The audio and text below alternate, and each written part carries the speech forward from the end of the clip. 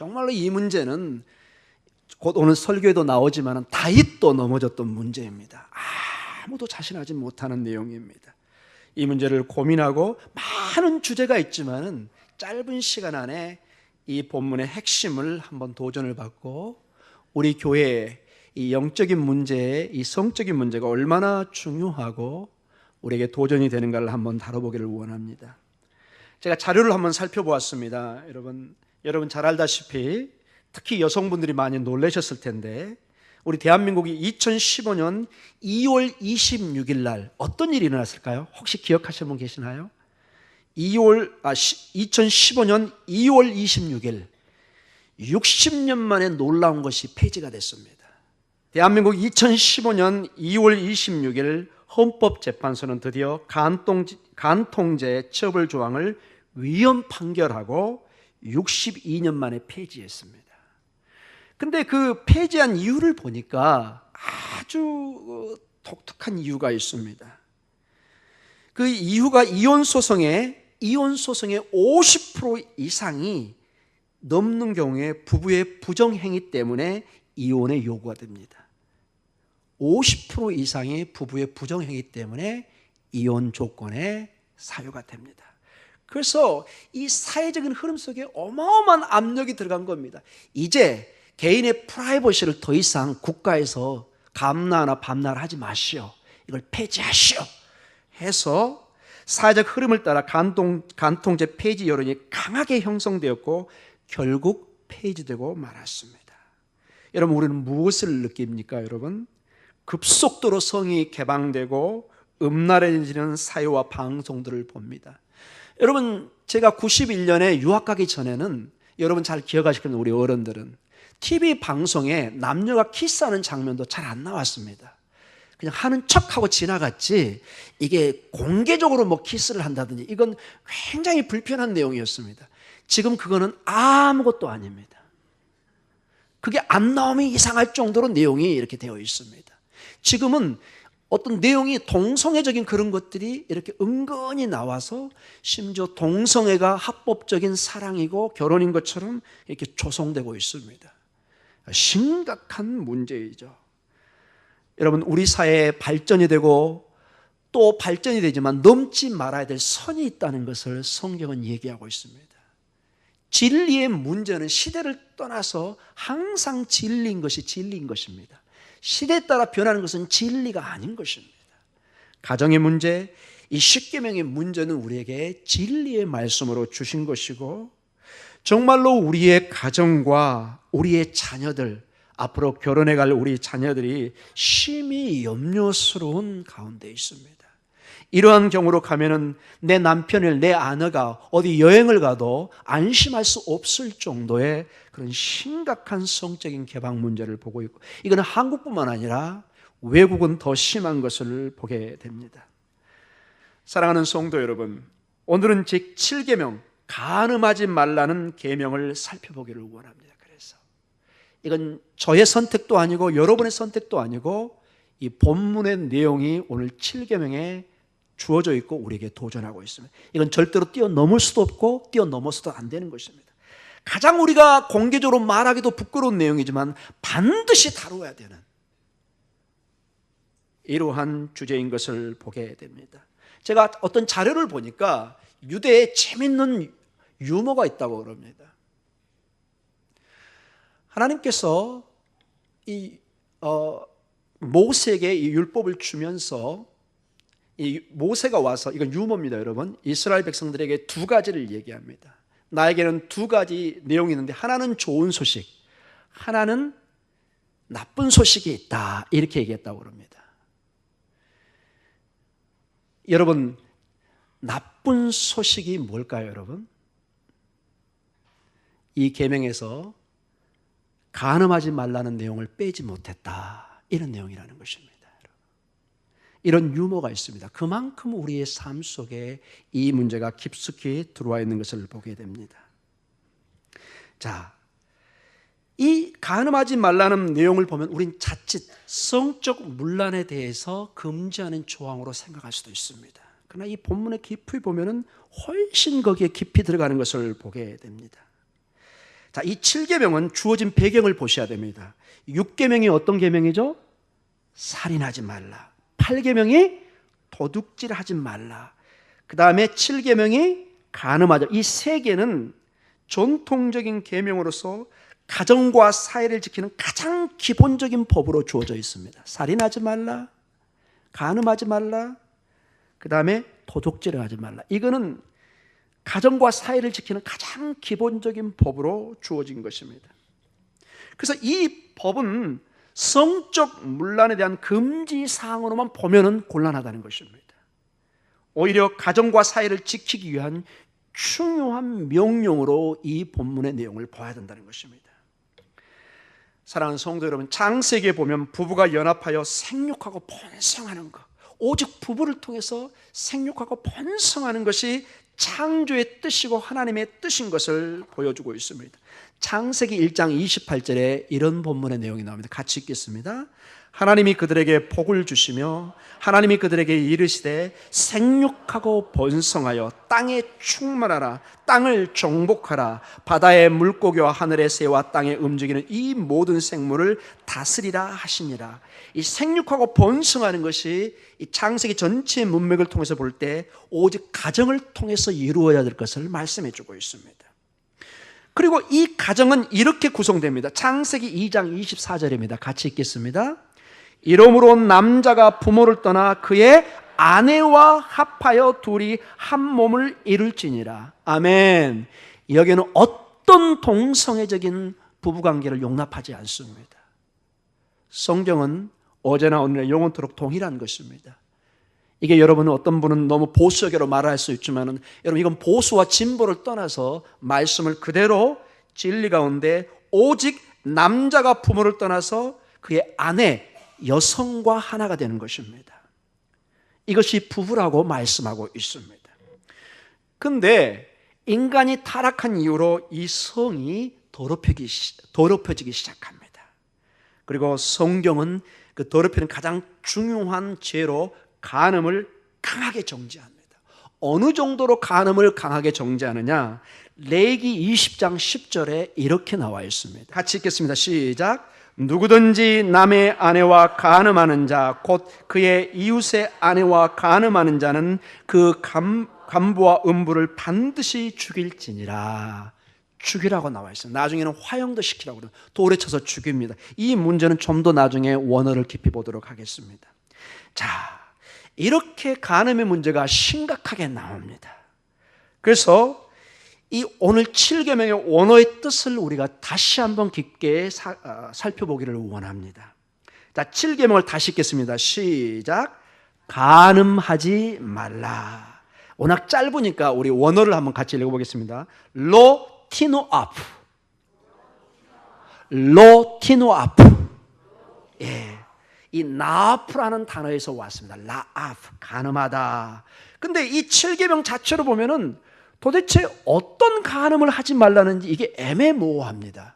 그래서 이 7계명을 이 나아프란 단어가 어떤 문맥 속에서 구체적으로 쓰이는가를 살펴봐야만이 간음하지 말라는 것이 그 대상이 누구고 구체적으로 어떤 성적인 문제인가를 우리가 알 수 있습니다. 이거 가지고는 우리가 명확치가 않습니다.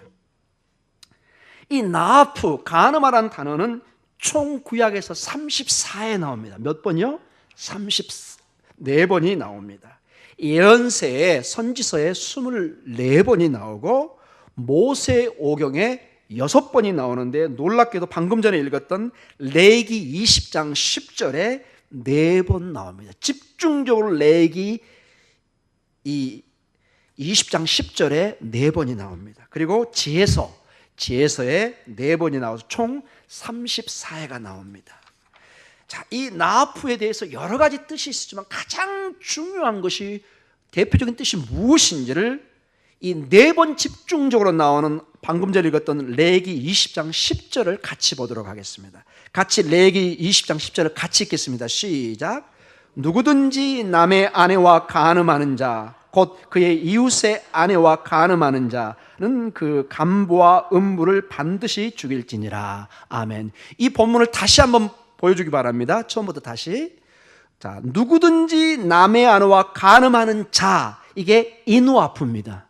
나아프의 단어가 동일하게 들어가 있습니다. 간음하는 자 이누아프, 그의 이웃의 아내와 간음하는 자 이누아프, 두 번 나오죠. 그 간부, 즉 남자입니다. 하노에프 이렇게 나옵니다. 그 다음에 그와 음부, 여성을 말합니다. 하노에프트 이렇게 해서 전체로 4번의 나아프란 단어가 여기에 집중적으로 나와 있고, 그 결과는 뭐라고요? 죽이라는 것입니다. 왜 여러분 이렇게 강한 명령을 썼을까요? 왜 성적인 관계 그 하나 때문에 사형을 선고해야 될까요? 여기는 중대한 문제가 있다는 것입니다. 한마디로 레위기 20장 10절의 배경은, 이 간음은 한마디로 부부간의 배신 행위를 말합니다. 그렇다고 여러분 젊은 남녀들이 성적인 문란을 하라는 뜻이 아닙니다. 그러나 이 7계명의 핵심은 다른 것보다 가장 핵심이 어디에 초점이 있다고요? 부부입니다. 따라합니다. 부부를 얘기합니다. 부부간에는 절대로 성적인 배신 행위가 있을 수 없고, 이걸 어길 때는 사형을 시키라고 얘기하고 있습니다.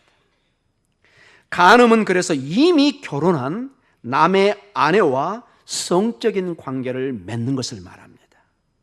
따라서 간음은 거룩한 결혼과 가정을 절대적으로 위협하기 때문에 중대한 죄로 간주되면 반드시 죽이라고 얘기합니다. 여러분, 고대 사회는 보통 3대 4대가 같이 살았습니다. 우리 50년 100년 전만 해도 증조 할아버지 이렇게 전체가 이렇게 손주까지 사는 모습이, 여러분 이 가족 공동체에 이 부부간의 부정행위가 있으면 이 공동체는 완전히 깨져버립니다. 절대적인 기준에 이 부부의 이 성적인 문제는 아주 심각한 문제로 다루고, 이스라엘 사회도 마찬가지였던 것입니다. 이 본문에 대한 어떤 학자는 이렇게 이 본문을 해석하는 것을 보았습니다. 제5계명을 공부할 때 부모 공경이 하나님의 공경과 이웃 공경으로 나아가는 기름을 우리는 배웠습니다.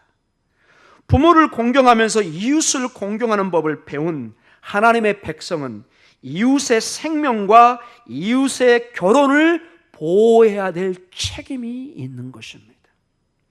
이웃의 생명을 보호하기 위해서 살인하지 말라는 제6계명을 주셨으며, 이웃의 결혼을 보호하기 위해서 간음하지 말라는 계명을 주신 것입니다라고 이 한 학자는 해석을 했습니다. 참으로 탁월한 저는 통찰력이라고 생각합니다.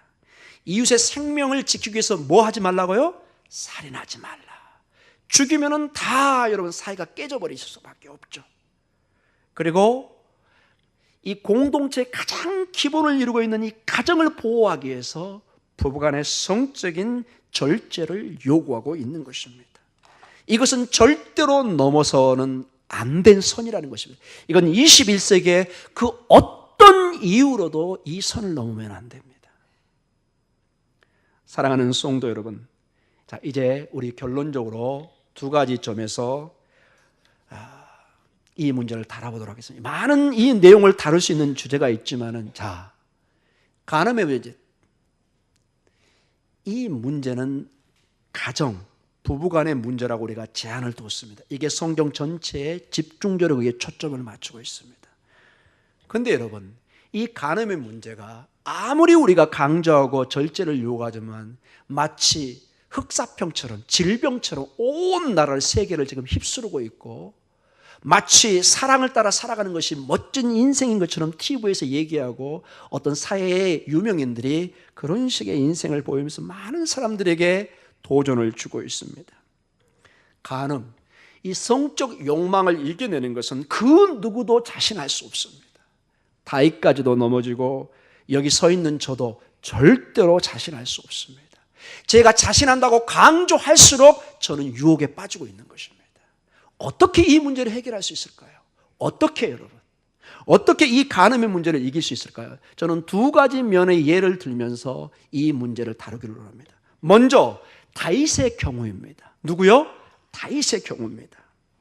여러분, 다윗은 정말로 많은 어려움 속에 이스라엘의 왕이 됐습니다. 정말로 고난과 역경을 물리치고 블레셋과 싸우고, 특별히 자기의 장인인 사울 왕을 피해서 광야로, 외국으로, 때로는 그 생명을 보존하기 위해서 에인게드로 저 블레셋에게 침을 흘리며 미친 사람처럼 지나다니면서 이 공경을 이겨냈던 모습을 보게 됩니다. 사울왕의 무서운 시기와 질투와 공격을 다 이겨내고 이스라엘의 왕이 되었습니다.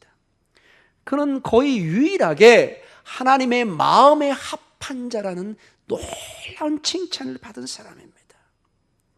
자, 여기까지는 너무 훌륭한 다윗입니다. 근데 문제는 뭐냐? 점점 나라가 부강해되고, 점점 사회가 안정되고, 이제 정말 사회가 남부럽지 않는 이스라엘 국가로 점점 발전해 갑니다. 많은 부와 여유로움과 한가로움이 그의 삶의 일부가 됩니다. 자, 어느 날 한가하게 다윗성의 왕궁을 거닐기 시작합니다. 그리고 그때 그는 유혹에 노출되기 시작합니다. 사무엘하 11장 2절을 한번 보도록 하겠습니다. 같이 읽겠습니다. 시작. 저녁 때 다윗이 그의 침상에서 일어나 왕궁 옥상에서 거닐다가 그곳에서 보니 한 여인이 목욕을 하는데 심히 아름다워 보이는지라, 이렇게 나와 있습니다. 여러분, 사실 다윗은 지금 한가롭게 왕궁에 거닐 상황이 전혀 아니었습니다. 전혀. 누구 쳐다볼 시간도 없고, 지금 나라는 어마어마한 전쟁 상황 속에 있고, 수많은 자기의 수족들이, 사람들이 저기 암몬 족속에 가서 지금 목숨을 걸고 싸우는 전쟁 상황이었습니다. 굉장히 위험한 순간이었습니다. 그런데 그는 한가롭게 왕궁을 거닐고 있습니다. 사무엘하 11장 1절에 그 상황을 이렇게 묘사하고 있습니다. 같이 읽겠습니다. 그 해가 돌아와 왕들이 추천할 때가 되매 다윗이 요압과 그에게 있는 그의 부하들과 온 이스라엘 군대를 보내니 그들이 암몬 자손을 멸하고 랍바를 에워싸고 다윗은 예루살렘에 그대로 있더라. 여기 본문에 크게 여러분 강조점이 예루살렘에 그대로 있습니다. 여러분, 다윗이 그대로 있어야 돼요, 안 돼야 돼요? 안 됩니다, 여러분. 그는 전쟁에 함께 참여해서 일찍이 그가 솔선수범하며 보여줬던 사람들을 섬기고 희생하고 생명을 또는 바칠 것 같은 그런 삶으로 살아야 될 다윗이었습니다. 다윗은 그런 인생을 살았습니다. 어려운 사람을 껴안고 정말로 하나님의 사명을 가지고 몸부림치며 하나님의 그 메시아, 기름 부음 받은 왕으로서 정말로 공동체 희망이었고 지도자였습니다. 대표적인 게 아둘람 굴의 공동체 모습을 보면 다윗의 전형적인 리더십을 보여줍니다. 우리 사무엘상 22장 1절과 2절의 말씀입니다. 같이 읽겠습니다. 그러므로 다윗이 그곳을 떠나 아둘람 굴로 도망하며 그의 형제와 아버지와 온 집이 듣고 그리로 내려가서 그에게 이르렀고, 환난당한 모든 자와 빚진 모든 자와 마음이 원통한 자가 다 그에게로 모였고 그는 그들의 우두머리가 되었는데 그와 함께한 자가 400명 가량이었더라. 아멘. 목숨을 구하기 위해서 저 아둘람 굴에 제가 직접 가봤습니다. 한 벌판에 이렇게 산 같은 데 이렇게 있습니다. 그때 다윗과 같이 환난당한 자, 빚진 자, 고난받은 마음이 원통한 자들이 다 모여서 새로운 꿈과 비전을 이 다윗의 지도력 속에서 하고, 이 다윗이 이것을 이겨내면서 지도력을 키우고 나중에 왕이 된 것입니다. 이걸 생각해야 되는데 다윗은 이걸 까맣게 잊어버리고 있습니다. 아둘람 굴의 그 고난의 순간들, 함께 했던 그 순간들, 이때는 다윗의 범죄 내용이 전혀 나오지가 않습니다. 만약 다윗이 하나님이 그에게 요청하신 일을 하고 있었다면 그는 결코 간응을 행하지 않았을 것입니다. 그러는 대신에 그는 그의 왕으로서의 책임을 버리고 그의 궁전에 물러나 있는 것을 보게 됩니다. 오늘 여기 보니까 예루살렘에 그대로 있더라. 지금 자기의 수족들이 죽어가고 있고 나중에는 여러분 밧세바의 남편 우리아를 보내서 죽이기까지 하는 전혀 다윗답지 않는 그런 인생의 모습을 보입니다. 사랑하는 성도님, 그래서 여러분 절대로 자신을 장담하시면 안 됩니다. 다윗도 이렇게 순간적으로 변하는 모습을 보여주고 있습니다. 그는 그래서 유혹에 굴복합니다. 특별히 다윗이 유혹을 굴복할 때 중요한 점을 이 사무엘 저자는 지적을 합니다. 어떤 점이 있을까요? 사무엘하 11장 2절을 주목해서 보시기 바랍니다. 한번 그걸 찾아내 보세요. 어떤 변화가 있는지. 자, 같이 읽겠습니다. 시작. 저녁 때 다윗이 그의 침상에서 일어나 왕궁 옥상에서 거닐다가 그곳에서 보니 한 여인이 목욕을 하는데 심히 아름다워 보이는지라. 뭐가 눈에 띄는 단어가 있죠? 직감적으로 잡는 단어가 뭐죠? 잘 안 들립니다. 한번. 심히 아름답다. 예. 그걸 어떻게 알 수 있죠? 보니, 따라하겠습니다. 보니. 그 눈이 이제 딱 집중되기 시작합니다. 눈이 이렇게 딱 집중됩니다. 막 무서워집니다. 제가 이렇게 막 눈이 딱 집중됩니다. 이거는 여러분 히브리 원어에 많은 걸 의미합니다. 순간적으로 하나님과 모든 하나님을 향한 초점이 이제 한 여인으로, 욕망의 눈으로 초점을 잡히기 시작합니다. 여러분, 이거 돌리지 않으면 죽습니다. 다윗도 넘어집니다. 저는 아무리 봐도 괜찮은데요, 면역이 생겨가지고요 곤란합니다. 여러분, 이 영혼이 화인 맞은 것입니다. 자랑이 아닙니다. 플레이보이 남자들 그 밖에 나온 절대로 자랑하지 않습니다. 나는 인간 쓰레기입니다 이렇게 선언하는 것입니다. 한 정상적인 사람으로서 여러분, 그 짓은 인간 쓰레기들이 하는 것입니다. 우리의 저는 하나님의 거룩한 성전입니다. 우리는 오직 한 여인과 한 남자를 통해서 하나님께 영광을 돌려야 됩니다. 절대로 방황하는 짐승이 되지 마십시오. 이건 짐승짓입니다. 여러분, 짐승입니다. 짐승. 이 눈을 반드시 돌리셔야 됩니다. 나는 이 눈을 봐도 전혀 유혹에 빠지지 않을 것이다. No! 이 눈은 우리 인간의 마음입니다. 이게 꽂히기 시작하면 절대로 벗어나지 못합니다. 여러분, 한간에 여러분, 많은 목사나 많은 사람들이 남들이 안 본다고 러브호텔은 안 가지만 TV, 그 웹사이트, 인터넷 같은 데 들어가서 포르노 같은 걸 막 집중적으로 보면서 어마어마한 유혹에 빠진 사람이 있습니다. 외국도 마찬가지입니다. 눈에 한번 빠지면 정신없이 여러분 정말 손을 자르듯이 목을 자르듯이 돌아서야지 눈을 고정시키면 헤어날 길이 없습니다. 사랑하는 성도 여러분, 눈을 오직 하나님의 은혜로 말씀으로 돌리기를 원합니다. 아예 죄된 것은 요셉처럼, 요셉의 가장 뛰어난 것이 뭐냐? 그 자리를 떠난 것입니다. 여러분, 요셉이 그 자리에 있으면서 그러지 마세요, 그러지 마세요, 100% 넘어집니다. 여러분, 요셉이 이길 수 있는 방법이 뭐였다고요? 도망가는 것입니다. 도망가야 됩니다. 여러분, 그 자리에 있으면서 저는 거룩합니다. 주여 성령의 충만을 주시옵소서. 그 여인도 그 남자도 성령 충만해서 같이 있으려고 합니다. 곤란합니다. 여러분, 그런 성령 충만은 전혀 성경에서 얘기하지 않습니다. 떠나셔야 됩니다. 도망치셔야 됩니다. 그런 자리가 있으면 내 아내, 내 남편, 내 자식을 생각하셔야 됩니다. 그리고 상대방의 자식, 가족을 생각해야 됩니다. 이 일을 통해서 얼마나 가족이 피눈물을 흘릴 건가 생각하셔야 됩니다. 아멘. 아멘. 저 이 준비를 하면서 저희 가정도 심각하게 제가 고민하면서 이 말씀을 준비했어요. 저희 가정도 예가 없습니다. 여러분, 우리 성도님들이 저희 가정을 지켜주셔야 됩니다. 늘 기도하면서 우리 목사님 정신 차리게 해 주시옵소서 기도해 주시기 바랍니다. 예가 없다니까요. 예가 없어요. 저는 이 말씀을 보면서 다윗이 넘어지는데 제가 어떻게 감히 다윗과 비교하겠어요? 이 하나님의 마음에 합한 사람이 넘어지는데 저는 더하죠. 사랑하는 성도 여러분, 여러분과 저는 성인이 아닙니다. 세상이 말하는. 절대로 여기에 자진하지 마시고 아예 눈을 돌리시고 도망가셔야 됩니다.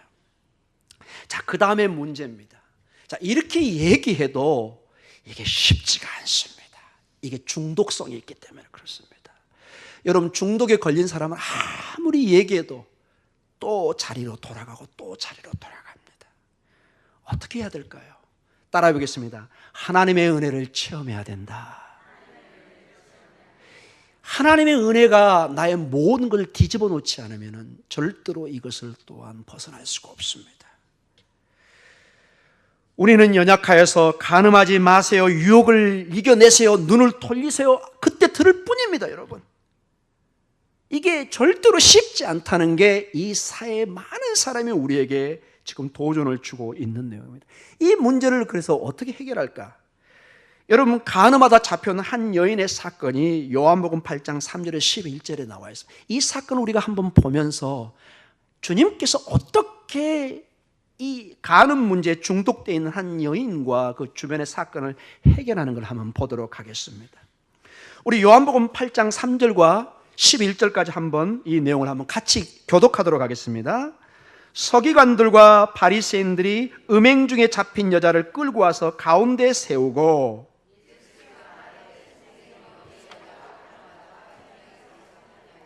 모세는 율법에 이루한 여자들을 돌로 치라 명하였거니와 선생은 어떻게 말하겠나이까?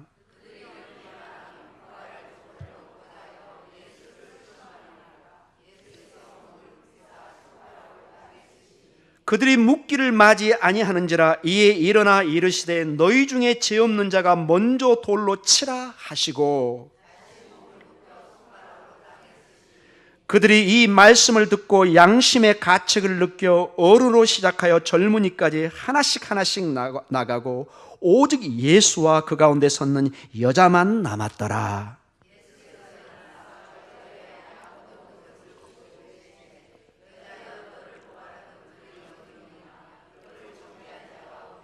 11절 같이 읽겠습니다. 대답하되 주여 없나이다. 예수께서 이르시되 나도 너를 정죄하지 아니하노니 가서 다시는 죄를 범하지 말라 하시니라. 아멘. 자, 이 내용을 읽은 것처럼 전개가 이렇게 됩니다.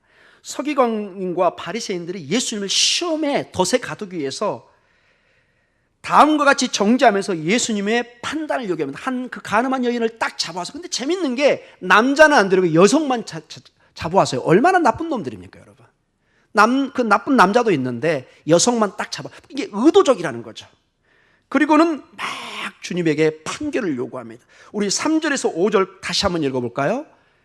3절부터 시작하겠습니다. 시작. 서기관들과 바리새인들이 음행 중에 잡힌 여자를 끌고 와서 가운데 세우고 예수께 말하되 선생이여 이 여자가 간음하다가 현장에서 잡혔나이다. 모세는 율법에 이러한 여자를 돌로 치라 명하였거니와 선생은 어떻게 말하겠나이까? 하하, 이제 선생님 제대로 걸렸죠.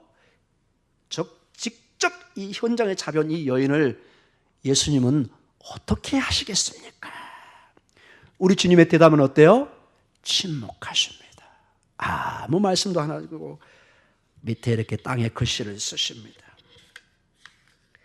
그리고 계속 막 치근대면서 대답을 요구하니까 7절로 응답을 하십니다. 우리 7절 같이 읽을까요? 시작. 그들이 묻기를 맞이 아니하는지라 이에 일어나 이르시되 너희 중에 죄 없는 자가 먼저 돌로 치라 하시고.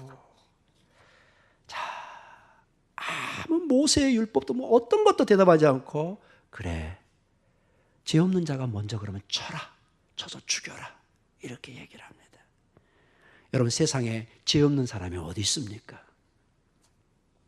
이 말을 듣는 사람들이 하나씩 하나씩 떠나고 예수님과 누구만 남죠?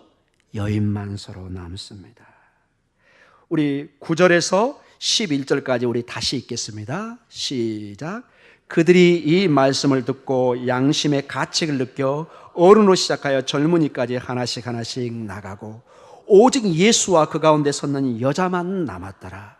예수께서 일어나사 여자 외에 아무도 없는 것을 보시고 이르시되 여자여 너를 고발하는 그들이 어디 있느냐? 너를 정죄한 자가 없느냐? 11절 대답하되 주여 없나이다. 예수께서 이르시되 나도 너를 정죄하지 아니하노니 가서 다시는 죄를 범하지 말라 하시니라. 아멘. 사랑하는 성도 여러분, 이 여인은 우리가 이미 구약에 보았지만 돌로 쳐서 죽음을 당해야 됩니다. 정말로 죽음 직전에 와 있던 여인입니다. 정말로 그래서 쳐라 그러면 죽는 것입니다. 우리 주님은 한없는 은혜로 이 여인을 있는 그대로 받아들입니다. 나도 너를 정죄하지 않겠다. 사랑하는 여인아, 얼마나 네가 힘들었으면 이 어떻게 보면 매춘을 통해서 네 생계를 꾸리고 있느냐.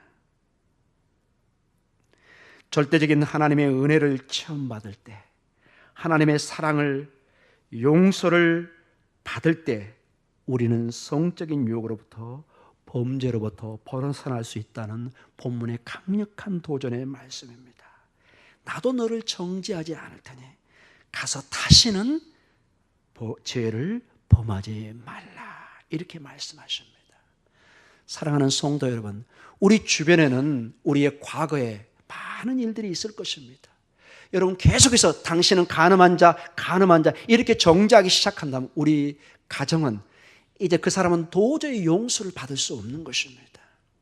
과거의 그 모든 것을 하나님께 용서받고 그 당사자들에게 용서를 구하고, 아니면 남편에게 용서를 구하고, 남편이면 아내에게 정말 목숨을 끊을 것 같은 용서를 구한 다음에 다시는 그 일을 반복하지 않는, 왜냐? 우리 주님도 한 번 용서의 기회를 주시고 계십니다. 내가 너를 정죄하지 않는다. 마지막 기회를 주고 있습니다. 자, 그래서 오늘 두 가지 점으로 우리에게 이 간음, 성적인 욕망을 이길 수 있는 방법을 제시하고 있습니다. 다윗의 경우에 그의 한가로움 속에서 눈이 한 여인에게 고정되기 시작합니다. 이 얘기는 뭐냐? 여러분, 새들이 우리 머리 위로 날아다니는 것은 우리가 어떻게 할 수가 없습니다. 그건 어떻게 할 수가 없습니다. 까마귀도 뭐가 있을까요? 까마귀 다음에 까치도 막 큰 놈들 지나다니죠. 이거 어떻게 잡습니까? 그러나 이 까치가, 까마귀가 우리 머리에 내려서 집을 짓게 해서는 안 됩니다. 여러분 이해하시겠죠? 여러분, 아름다운 여인을, 멋있는 남자를 보는 거 죄다 아니다? 아닙니다, 여러분. 만약에 그런 식으로 따지면 저 하루도 못 삽니다.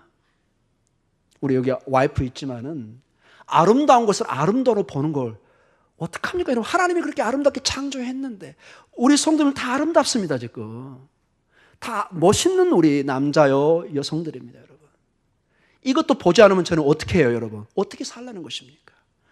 아름다움을 아름답게 보는 거, 미스코리아를 미스코리아로 대접하는 거, 무엇이 나쁩니까? 여러분, 그 성 자체는, 아름다움은 하나님이 주신 거기 때문에 우리는 높게 하나님의 영광을 드러내야 됩니다. 아멘. 왜 대답이 약하죠, 여러분? 여러분의 아들, 딸들, 아이고 내 공주, 내 왕자, 내 새끼. 여러분, 여러분의 자녀를 정말 멋있는 아들을 두셨군요. 기분이 좋아요, 나빠요? 매우 좋습니다. 이렇게 아름다운 따님을 두셨습니까? 기분이 매우 좋습니다. 이거는 좋은 겁니다. 그러나 다윗처럼 어떤 성적인 욕망의 대상으로 지속적으로 보는 것에 대해서는 심히 조심을 해야 된다는 것입니다. 그 이상 선을 넘어가면 안 됩니다. 새들이 왔다 갔다 하는 거, 이건 어쩔 수가 없어요. 그러나 그 새가 집을 틀게 하는 것은 여러분이 쫓아내야 되는 거예요. 맞죠, 여러분? 어쩌면 제가 이렇게 비유를 잘 듭니까? 쫓아내셔야 됩니다, 여러분. 절대로 여기 둥지를 틀게 하면 안 됩니다. 그리고 우리는 우리의 연약함을 인정하고 다윗도 넘어지는 이 연약함 속에서 하나님의 은혜의 자리로 가야 됩니다. 우리는 다 영적으로, 꼭 육적으로 가는 뿐만 아니라 우리 영적으로도 얼마나 가늠한지 모릅니다. 이게 더 무서운 죄인지도 모릅니다.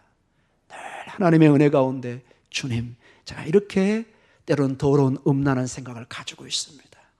주님, 저에게 자비를 허락하여 주셔서 남자면 자매를 아름다움으로 그냥 자체로만 보게 해주시고 그 선을 넘어가지 않게 해주시고, 우리 자매님이면 한 남성을 그냥 멋있는 한 남자로 그냥 그 자체로만 보고 그 이상으로 넘어가지 않게 해주시옵소서.